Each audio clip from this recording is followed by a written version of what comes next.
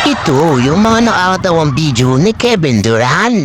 Isahan natin na siya iinom. Nakalimutan ata naka-face mask siya.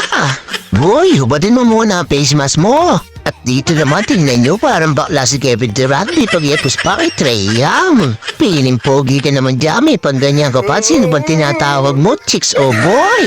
Yung apel ko sana sa kampi mo kaso hindi na pinansin kaya ikaw na lang mapip sa sarili mo. Dito naman, warm up collab na ay na agad. Ano ka na, Kevin Durant? Bakla nga siguro to si Kevin Durant. Tingnan nyo, hilikan ng lalaki. Ala ko magagalit, yung pala kikinigin. Ano naman yan? Nakakita ka lang ng chicks, may pagganyan ka pa. Piling pogi ka na naman, boy.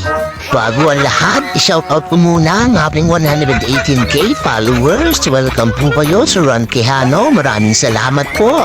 At dito, confirm, bakla nga talaga to si Kevin Durant. Tingnan nyo naman.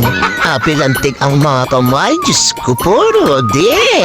At kung umabot ka sa parte ng video na to, i-comment mo naman kung tabasan ka. At nalaman ko kung saan nakaabot ang video na to. Maraming salamat po.